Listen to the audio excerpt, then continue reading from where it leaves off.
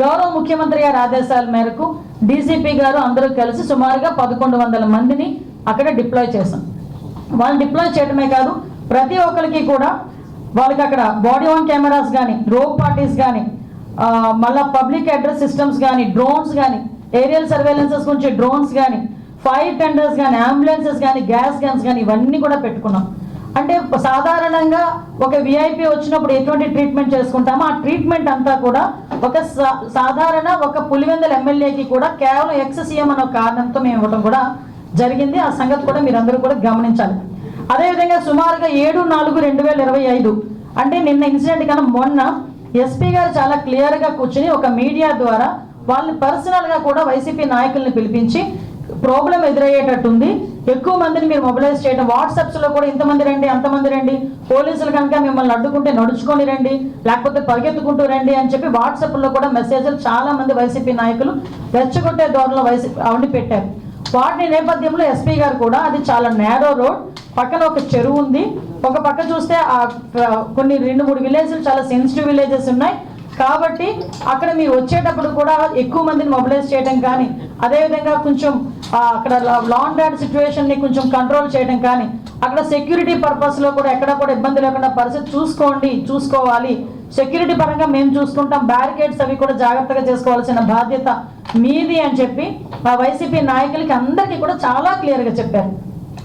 ఆఖరికి హెలీప్యాడ్ దగ్గర వేసిన బ్యారికేడ్స్ కూడా చాలా ఎందుకు పనికిరాకుండా ఇలా గట్టి కదిపితే పడిపోయేటట్టుగా ఉన్నాయనే సంగతి మా డిపార్ట్మెంట్ వాళ్ళు ఎవరైతే అక్కడ బ్యారికేడ్స్ వేశారో వాళ్ళకి కూడా చెప్పడం జరిగింది.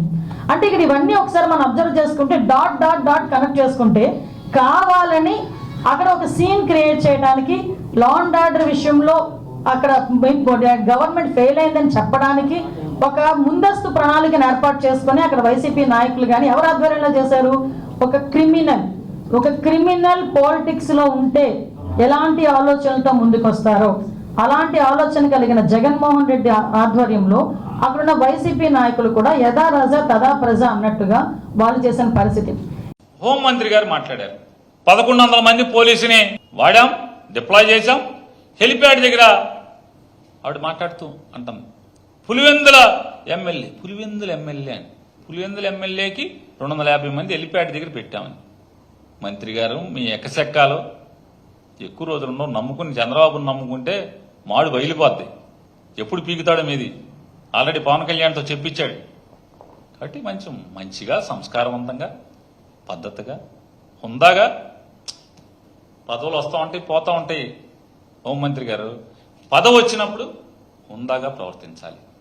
పులివెందుల ఎమ్మెల్యే అయితే మీరు రాష్ట్రం అంతా ఎవరి మీద మాట్లాడారు? మీరు రోజు 175 నియోజకవర్గాల్లో జగన్మోహన్ రెడ్డి గారిని తిడతామే మీరు. మరి పులివెందుల ఎమ్మెల్యే అయితే 175 నియోజకవర్గాల్లో ఈ పులివెందుల ఎమ్మెల్యేనే మాకు ప్రత్యర్థి అన్నట్టుగా మీరు ఎందుకు ప్రవర్తించారు? చంద్రబాబు నాయుడు గారు, మీ నాయకులు ముగ్గురు, చంద్రబాబు నాయుడు గారా, పురంధేశ్వరి గారా, పవన్ కళ్యాణ్ గారా, ఈ ముగ్గురు ఎవరికి వాళ్ళకి తెల్లారులేసి కళ్ళల్లో మెల్లేది. మరి పులివెందుల ఎమ్మెల్యేలే అని చెప్పి పడుకోవచ్చుగా మీరు అందరూ. అతని గురించి రోజు ఎందుకు భజన? మీకు రోజు భజన కార్యక్రమమే కదా అందరూ కలిసి, ఎందుకు? ఇవాళ సంస్కారం గురించి వీటి గురించి ఫ్యాషన్ అయిపోయింది. ప్రతి పదవిలో ఉన్నవాళ్ళు మాట్లాడటం, పదవిలోకి రాగానే సంస్కారం గురించి మాట్లాడతారు. ప్రతివాళ్ళు అహంకారంతో మాట్లాడటం, పదవిలో ఉన్నప్పుడు అహంకారం తగ్గించుకుని మాట్లాడాలి ఎవరైనా. ఎంతసేపు ఉంటాయి ఈ పదవులు, ఈ అధికారాలు, ఈ అహంకారపు మాటలు చెప్తారు ప్రజలు. కంగారు ఉంది, పులివెందుల ఎమ్మెల్యేనా లేకపోతే ఇంకేంటా అనేది చెప్పే రోజు వచ్చినప్పుడు ఖచ్చితంగా చెప్తారు, ఏం కంగారు లేదు.